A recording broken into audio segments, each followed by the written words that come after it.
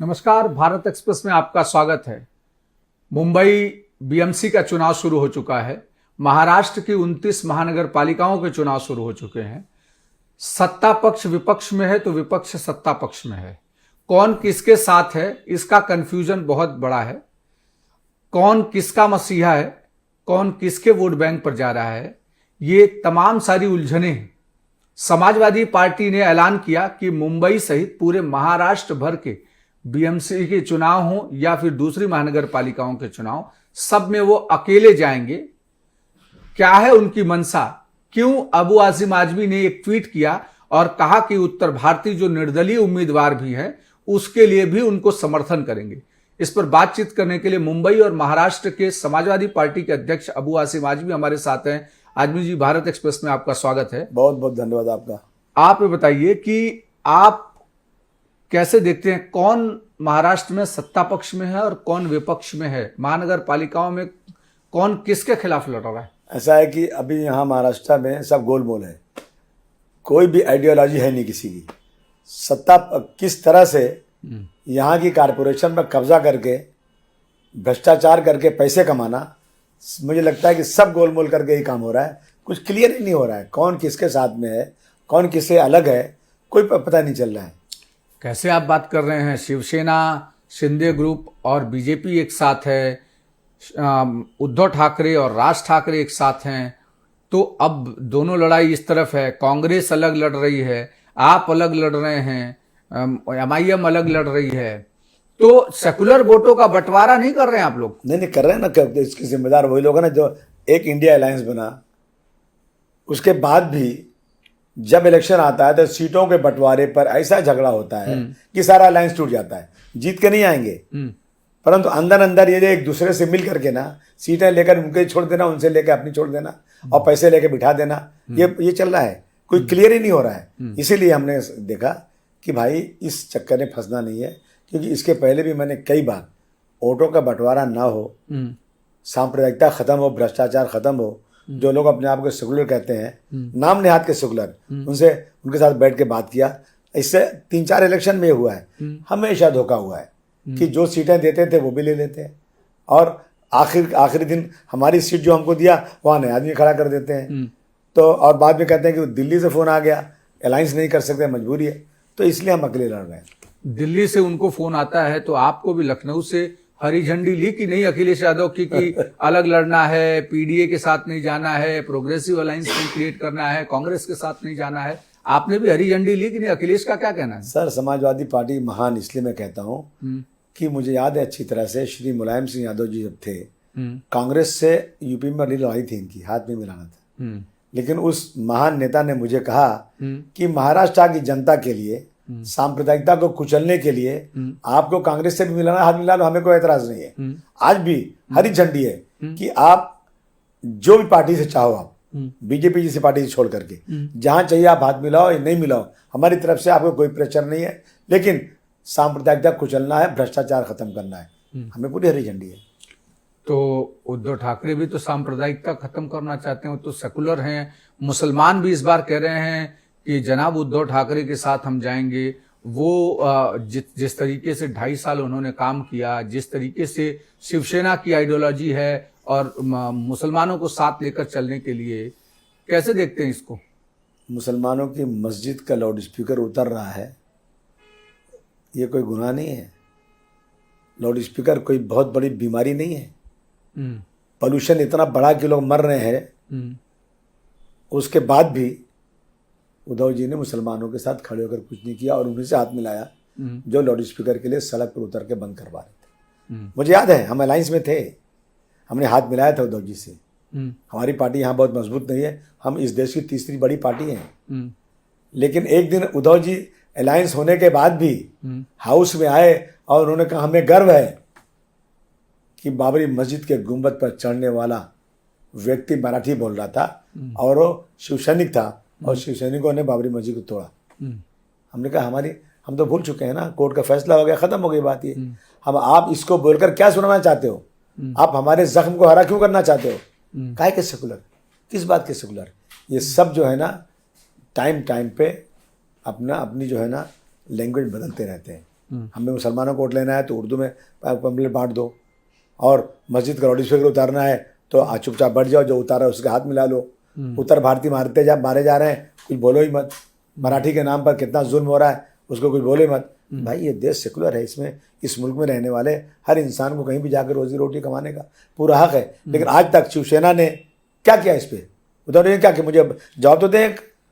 लेकिन उद्धव ठाकरे कहते हैं कि कृपाशंकर सिंह, या शिवसेना एमएनएस कहती है, कृपाशंकर सिंह कहते हैं कि उत्तर भारतीय मेयर बनना चाहिए। मेयर मुंबई का कौन बनना चाहिए? खान, पठान, बुरखे वाली, या मराठी, या उत्तर भारतीय, कौन मेयर बनना चाहिए? देखो ये सब जो है ना सिर्फ और सिर्फ अपने वोटों को लेने के लिए कि मेरी किस लैंग्वेज से, मेरी किस जबान से मेरा वोट बैंक बढ़ सकता है, ये सब बोल रहे हैं। मेरा मानना है कि मैं वोटों के लिए नहीं, इस देश के तरक्की के लिए, इस देश के डेवलपमेंट के लिए, महाराष्ट्र फले फूले उसके लिए मेरा कहना है कि कोई भी मुंबई का जो अच्छा इंसान हो, जो किसी धर्म के नाम पर, प्रांत के नाम पर अलगाववादी काम न करे, जिसका रिकॉर्ड अच्छा हो, भ्रष्टाचार के खिलाफ हो, वो बनना चाहिए। कोई बन जाए।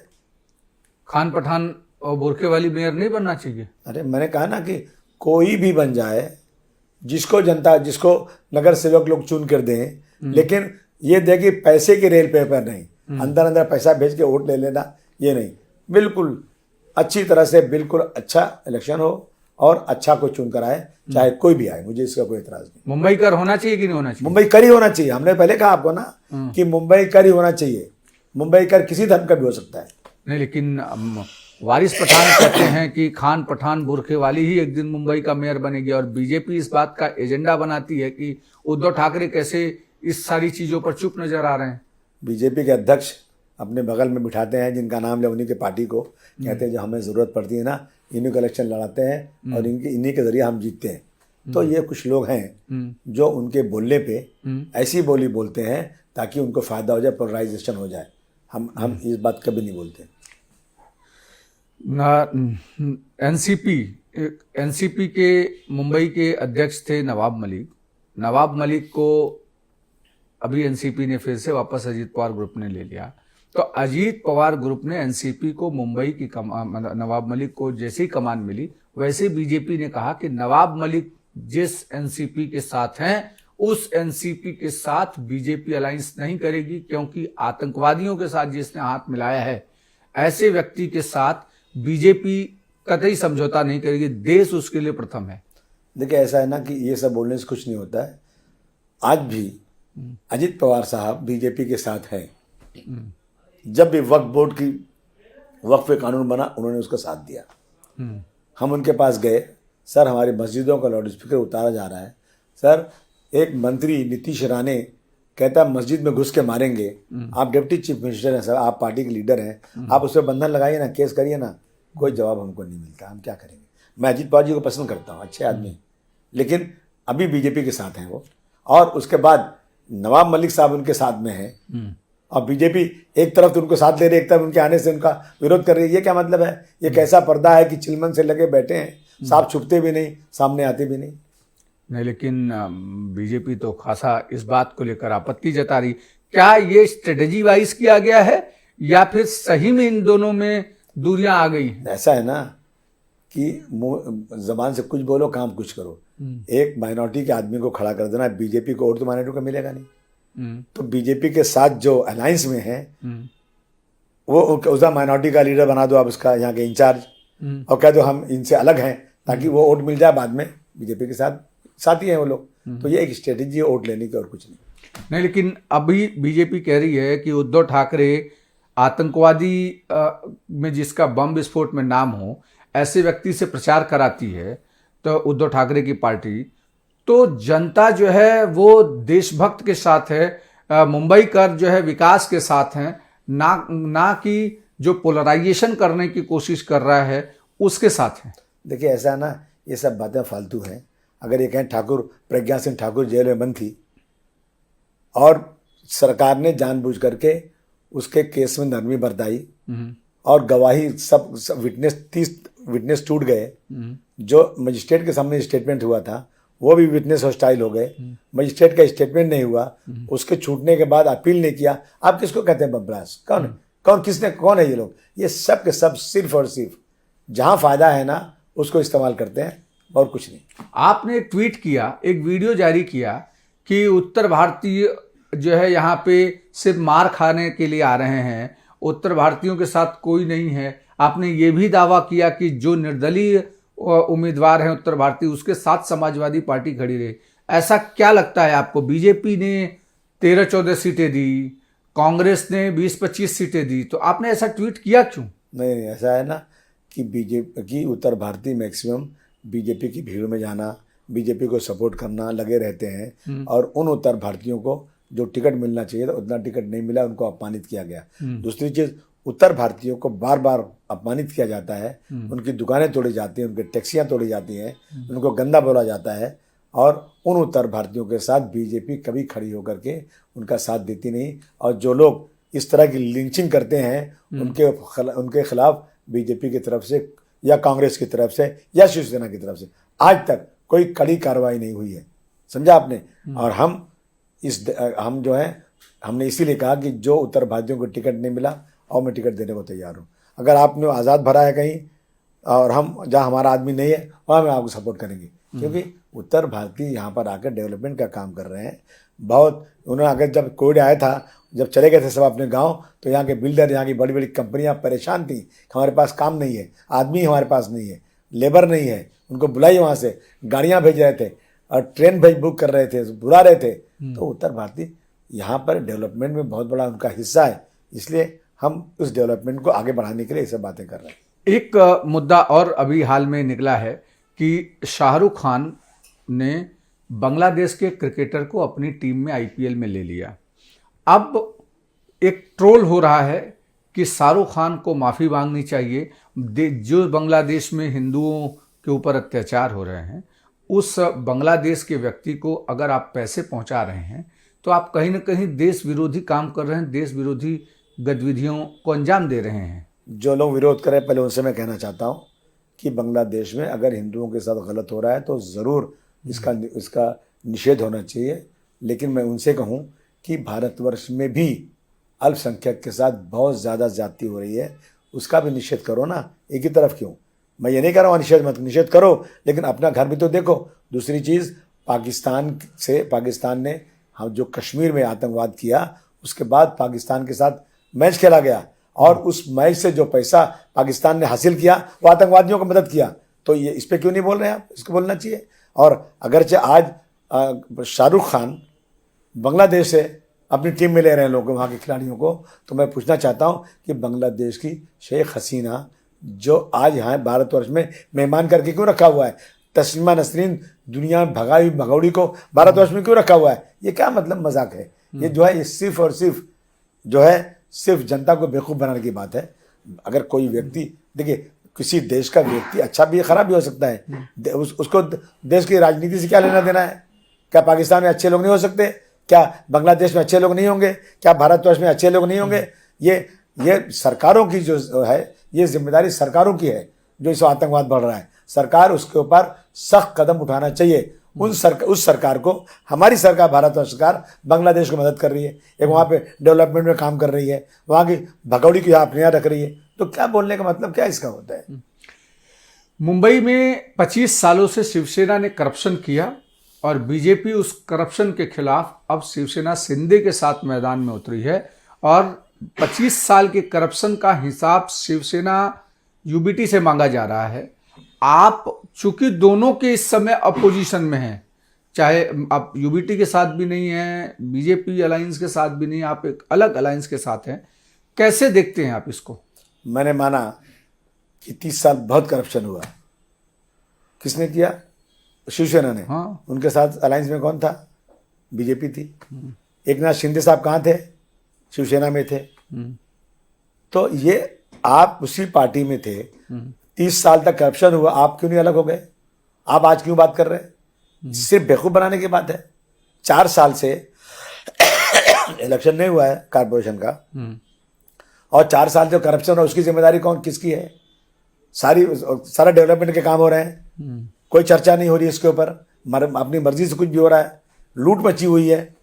तो ये कहते हैं इस हमाम में सभी नंगे हैं, लेकिन जनता को बेवकूफ़ बनाने के लिए, जनता को गलत फहमी पैदा करने के लिए ऐसी बातें की जा रही। जनता से मैं कहना चाहता हूँ, इस करप्शन, अगर 30 साल करप्शन हुआ है तो उसमें एकनाथ शिंदे साहब, उसमें अब बीजेपी बराबर की शामिल है। क्या ड्रग्स भी एक बड़ा मुद्दा होगा क्या स्लम इलाके में? आप चूंकि लगातार इस मुद्दे को विधानसभा में उठाते रहे, मुख्यमंत्री ने लगातार कहा कि ड्रग्स नहीं होना चाहिए और मकोका जैसे चीजें लगनी चाहिए, तो ड्रग्स क्या ये मुद्दा होगा इस बार के चुनाव में? स्लम इलाके में जिस तरीके के खुलेआम ड्रग्स बिक रहे हैं। देखिए, ड्रग्स बहुत बड़ी प्रॉब्लम है, पूरी आने वाली नस्ल बर्बाद हो रही है। और मैं गारंटी से कह सकता हूँ, अगर सरकार चाहे तो परिंदा पर नहीं मार सकता। सरकार को सख्ती के साथ ड्रग को बंद करना चाहिए, लेकिन ड्रग का काम और बढ़ते जा रहा है। जितने पकड़े जा रहे हैं उससे ज़्यादा नए लोग भर्ती उसमें होते रहे हैं, उसमें करप्शन चल रहा है। सरकार सीरियस नहीं है। मेरे एरिया में तो अपोजिशन ने, जो सरकार में बैठे हैं लोग, जिनकी जिम्मेदारी है, वही मुद्दा उठा रहे हैं। भाई ड्रग कौन, सरकार ही उस पर कदम उठाएगी? एक एमएलए क्या कर सकता है? सरकार की पार्टी के मिनिस्टर और एमएलए हमारे एरिया में ड्रग ज्यादा है, तो फेलियर किसका है? सरकार का फेलियर है। नितेश राणे कहते हैं कि मुसलमानों का जिस तरीके से इंक्रोचमेंट चल रहा है, जिस तरीके से चीजें चल रही हैं, देवा भाऊ का बुलडोजर चलेगा बाबा के बुलडोजर की तरह, और जो भी मुस्लिम गलत काम करेगा उसके खिलाफ वो बुलडोजर चलेगा और सब तोड़ के धराशायी कर देगा, क्योंकि मुसलमानों को जो है वो जानबूझ के गलत करने की आदत है। नहीं, ऐसा है ना कि ये मुसलमान का नाम नहीं लेंगे तो इनकी रोजी रोटी नहीं चलेगी, इनका बिजनेस नहीं चलेगा, इनकी राजनीति फ्लॉप हो जाएगी। लेकिन हिंदुत्ववादी कट्टर नेता हैं महाराष्ट्र के। ये तो शर्म आना चाहिए। ये देश सेक्युलर है। अगर इस देश में मुसलमान आज रुका है तो डॉक्टर भीमराव अंबेडकर साहब के संविधान ने उसको सुरक्षा दी हुई है। और उस वक्त कहा था आज़ादी के वक्त कि मुसलमानों तुम पाकिस्तान मत जाओ, तुम्हें इस देश में इमदाद नहीं, मदद नहीं, बल्कि तुम्हारा हक दिया जाएगा। आज ये लोग जो अंग्रेज़ों के खिलाफ तलवे चाटते थे, वो आज बैठ करके मुसलमानों के खिलाफ ये बातें कर रहे हैं। मैं समझता हूँ ये सिर्फ और सिर्फ जो है ना पोलराइज करने के लिए। किसी ने कहा ना कि 3 चीज़ निकाल दो, हिंदुस्तान पाकिस्तान, मंदिर मस्जिद, हिंदू मुस्लिम। बीजेपी जीतेगी? कभी नहीं जीतेगी। नहीं, यही इनको सिखाया गया है कि ऐसे ही करो और चुन कर आओ। लेकिन आप कह रहे हैं जितनी भी स्कीमें हैं वो क्या चेहरा देखकर दी जा रही हैं? आज लाडली बहन योजना का लाभ तो हर औरत को मिल रहा है। आज बीजेपी कह रही है 3 तलाक जब खत्म हुआ तो उसका फायदा मुस्लिम औरतों को हुआ। आज बीजेपी कह रही है कि अगर केंद्र से कोई स्कीम आ रही है, उज्ज्वला गैस योजना जैसी स्कीम आई, तो क्या ये देख के दिया गया कि हिंदुओं को दिया जाएगा, मुसलमानों को नहीं दिया जाएगा? देखिए, ऐसा है कि इस देश में कई कमेटियां बनी हैं, Sachar committee, Ranganath Mishra committee, Rahman committee. इसने इस देश में बार बार सर्वे किया हुआ है कि मुसलमानों के हालात बहुत जगह दलितों से भी बहुत ज़्यादा ख़राब हैं। इनको रिजर्वेशन मिलना चाहिए। कहाँ इनको रिजर्वेशन मिला गया? नहीं दिया गया इनको। ये कहने के लिए तो सारी स्कीमें दे रहे हैं, लेकिन नीचे इम्प्लीमेंट सही तरीके से नहीं हो रहा है। उद्धव ठाकरे की शिवसेना, यूबीटी और एमएनएस क्या सेकुलर हैं? सेकुलर कौन है आपकी नज़र में? क्या समाजवादी पार्टी सेकुलर है? क्या एमआईएम सेकुलर है? क्या दोनों एनसीपी में से शरद पवार ग्रुप की एनसीपी हो या अजित पवार की एनसीपी हो सेकुलर है?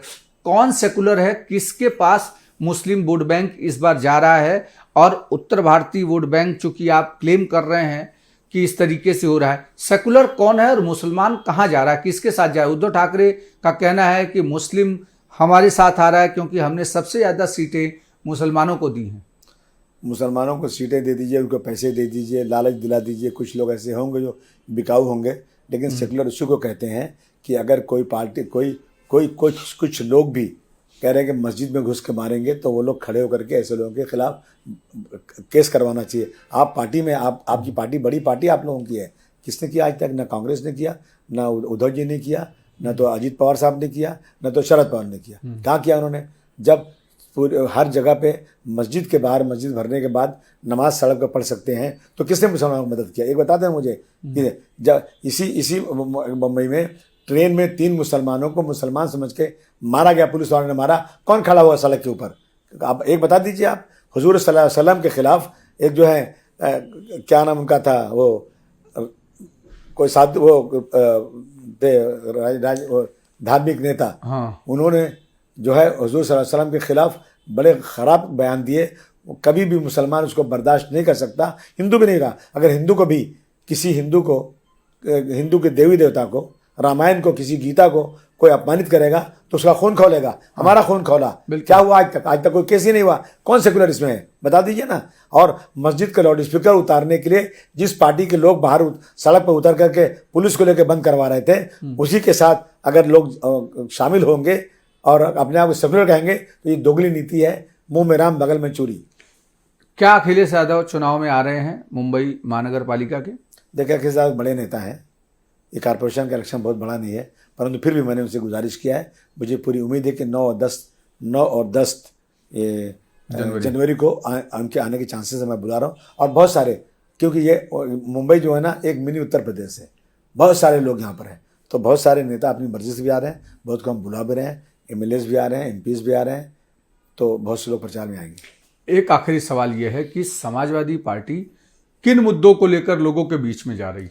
देखिए, समाजवादी पार्टी भ्रष्टाचार के खिलाफ है। समाजवादी का ये मानना है कि सबको पानी मिलना चाहिए। पानी अमीर लोगों को 135 लीटर मिलता है बिल्डिंगों में, गरीबों को 45 लीटर मिलता है एक दिन का। प्यास पानी में भी ये डिफरेंसेस दिखाया जा रहा है। स्लम में जो है, जो झोपड़े तोड़े जा रहे हैं ना, उनको कम से कम जो झोपड़े बन चुके हैं ग्राउंड +2 उनको मिलना चाहिए।